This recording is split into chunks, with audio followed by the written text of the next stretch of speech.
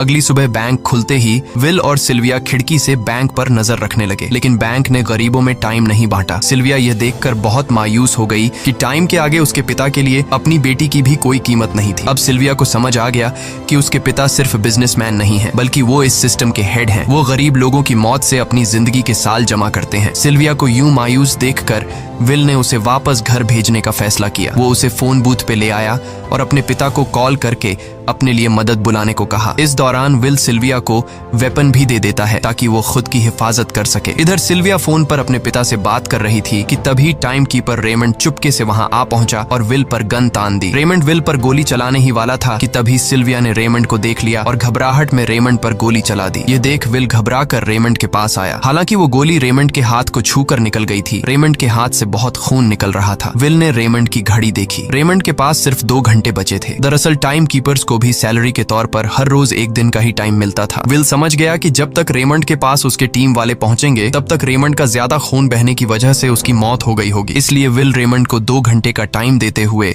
Raymond की car को लेकर वहां से निकल गया। रेमंड को गोली मारकर अब सिल्विया भी क्राइम लिस्ट में आ चुकी थी। हालांकि विल ने सिल्विया से कहा कि वो अभी इन सब से निकल सकती है, लेकिन ग्रीनिच में सिल्विया की जिंदगी पिंजरे में कैद पंछी की तरह थी। उसके पिता फिलिप ने उस पर बहुत सारी पाबंदियां लगा दी थीं, पर यहाँ आकर उसे आजादी का एहसास हो रहा था, क्योंकि यहाँ वो अपनी मर्जी की मालिक थी। और सिल्विया समझ जाती है कि यहाँ पर लोगों के साथ गलत हो रहा है। अब वह भी गरीबों को उनका हक दिलाने में विल के साथ थी।